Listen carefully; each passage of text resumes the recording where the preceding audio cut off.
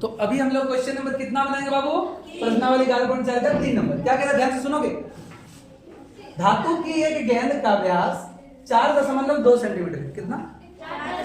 यदि इस धातु का घनत्व 8.9 ग्राम प्रति सेंटीमीटर क्यूब है तो इस गेंद का द्रव्यमान ज्ञात कीजिए। गेंद का छूट गया क्या? गेंद का द्रव्यमान ज्ञात कीजिए। चलिए इसको क्या करते हैं, सॉल्व करते हैं। सबसे पहले देखो क्या दिया हुआ है बाबू, हल्ला मत करो। D इज इक्वल टू कितना? 4.2 सेंटीमीटर, इसलिए इसकी त्रिज्या क्या हो जाएगी? 4.2 सेंटीमीटर का आधा हो जाएगा, तो कितना? 2.1 सेंटीमीटर। कोई दिक्कत नहीं। आगे देखो इधर क्या निकालना है इसका? आयतन। क्या निकालना है? आयतन। आयतन क्या होता है गोले का? 4/3 पाई आर क्यूब। तो 4/3 पाई का मान 22/7 आर क्यूब है, यानी 2.1 इंटू 2.1 इंटू 2.1 सेंटीमीटर क्यूब। अब क्या करना है जी? कटेगा तो काट देना। 3 सत्ते 21, 7 तिया 21। अब देखो क्या करेंगे, 4 into 22 into 2.1 into 0.3 into 0.7 centimetre cube. ये क्या आ गया? आयतन। क्या आ गया बाबू? आयतन। अब क्या निकालना है इसका? द्रव्यमान। क्या? द्रव्यमान। तो देखो यहां दिया हुआ है, चूंकि 1 सेंटीमीटर क्यूब बराबर कितना ग्राम?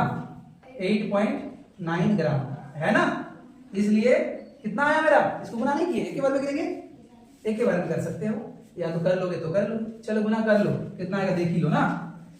3 सत्ते या 7 तिया 21, और 21 को 21 से गुना करेंगे कितना आएगा? 441। 38 को 88 से गुना करो तो कितना आएगा? 8 एकम 8, 8 4 32, 8 4 32, 32 और 3 35। वही चीज आएगा नीचे भी, कितना होगा? 8 0 8 8 3। कितना के पहले पॉइंट? 1 के पहले, 2 के पहले, 3 के पहले, यानी 3 अंक के पहले पॉइंट। और फिर इसको किससे गुना करके देखते हैं। तो 1 सेंटीमीटर क्यूब बराबर कितना ग्राम? 8.9 ग्राम। इसलिए कितना कितना है हमारा?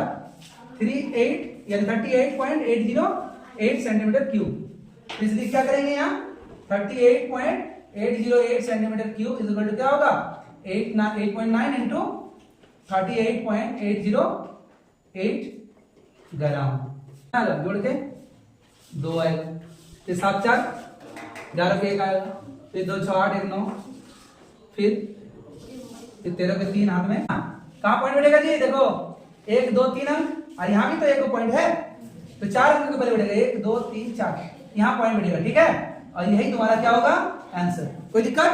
अब दिक्कत नहीं है, ठीक। तो देखिए अभी हम लोग प्रश्नावली 11.4 का क्वेश्चन नंबर 4 सॉल्व करेंगे। और क्वेश्चन क्या कहता है सुनो ध्यान से। चंद्रमा का व्यास पृथ्वी के व्यास का लगभग 1/4 है। चंद्रमा का आयतन पृथ्वी के आयतन का कौन सी भिन्न है ना? तो चलिए हल करते हैं। चंद्रमा का व्यास पृथ्वी के व्यास का, तो सबसे पहले क्या मानना पड़ेगा वो? पृथ्वी का व्यास। किसका व्यास? पृथ्वी का जो व्यास है वो हम लोग क्या मान लेंगे? डी ई मान लेंगे। क्या मान लेंगे बाबू? क्यों डी ई माने? अर्थ, पृथ्वी को अंग्रेजी में अर्थ बोलते हैं, पहला अक्षर ई है, तो डी कितना? डी मान लेते हैं। अच्छा ऐसे करो ना, छोड़ दो इसको, व्यास क्या मान लेते हैं? चलो इसको ना डी मान लेते हैं, सिर्फ डी। क्या मान लेते हैं? डी। इसलिए इसकी जो त्रिज्या होगी, क्या? इसलिए इसकी जो त्रिज्या होगी वो क्या होगी बाबू? D/2 होगा। आधी होती है, कोई दिक्कत नहीं। और अभी क्या करेंगे?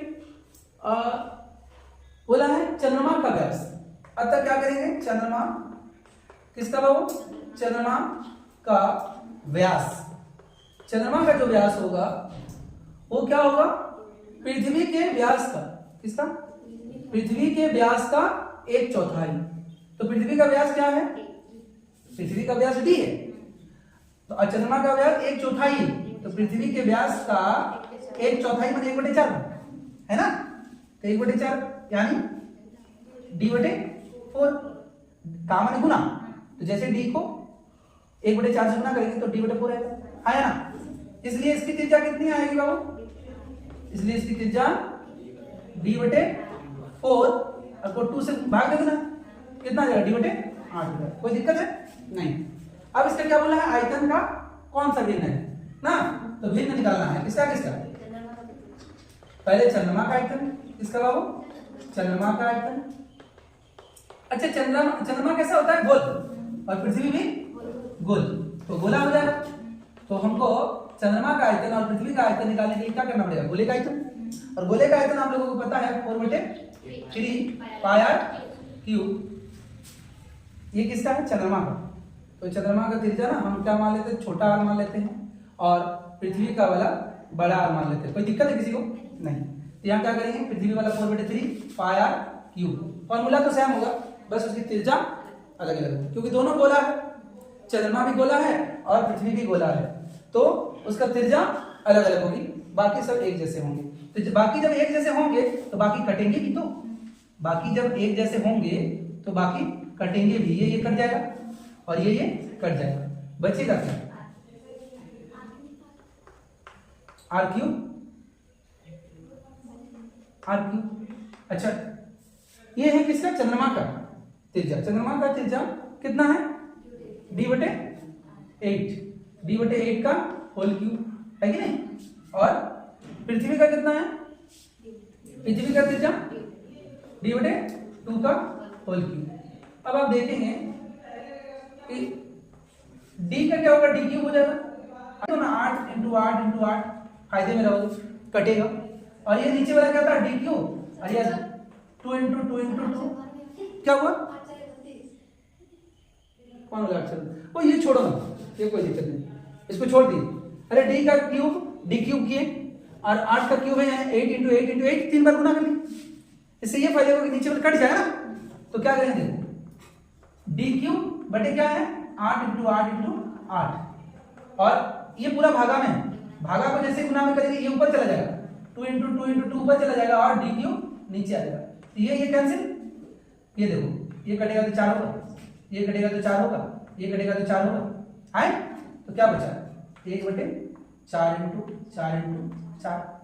तो क्या करेंगे, 1/4 4 16, और 16 4 64, यानी एक अनुपात नहीं बोला है, भिन्न बोला है। तो यही है चंद्रमा और पृथ्वी के आयतन का भिन्न। This is your answer.